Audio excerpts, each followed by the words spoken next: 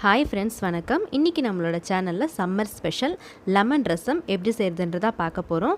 So வாங்க சேனலுக்குள்ளே போகலாம். இதுக்கு 50 கிராம் தோரம் பருப்பை நான் அலசி எடுத்திருக்கேன்.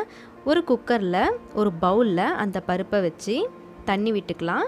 கூடவே சிட்டிகை மஞ்சத்தூள் அதில் சேர்த்துடலாம். இது குக்கரில் தான் விசில் எடுக்க போகிறோம். அப்புறமா 4 தக்காளி பழம், ரொம்ப பெருசாக இருந்தால் 3 தக்காளி பழத்தை நறுக்கி இப்படி சேர்த்துக்கிடுங்க.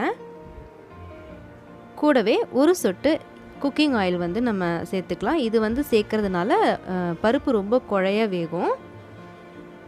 விசில் முடிஞ்சதுக்கு அப்புறமா அந்த பருப்பு தக்காளியை நல்லா கரைச்சி விட்டுட்டு 3 பல் பூண்டு தட்டி அதில் சேர்த்துடலாம்.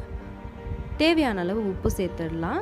இது நல்லா கொதிச்சு வரட்டோன்னுட்டு அடுப்பை ஆஃப் பண்ணிவிட்டு கொஞ்சமாக பெருங்காயத்தூள், 1 ஸ்பூன் ரசப்பொடி இதையும் சேர்த்துட்டு நல்லா மிக்ஸ் பண்ணி விட்டுடலாம்.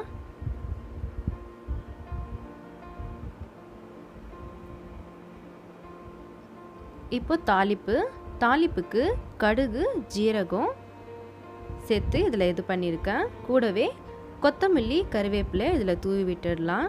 இதை ஒரு பவுலுக்கு ட்ரான்ஸ்ஃபர் பண்ணிடலாம்.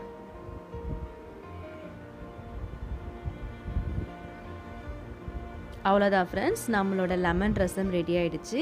இன்னும் ஒரே ஒரு ஸ்டெப் தான் இருக்குது. இது நல்லா ஆறுனதுக்கு அப்புறமா தேங்காய் பாலும் லெமனும் சேர்த்துடலாம். தேங்காய் பால் நான் 1/2 கப் எடுத்து வச்சுருக்கேன். அதை சேர்த்துட்டு அரை எலுமிச்சப்பழ ஜூஸை இதில் சேர்த்து விட்டுடலாம். நீங்கள் சூடாக இருக்கும்போது அதை சேர்த்திங்கன்னா திரிஞ்சு போயிடும். அதனால் நல்லா ஆற விட்டதுக்கப்புறம் இதை சேர்த்துட்டு நல்லா கலந்து விட்டுருங்க.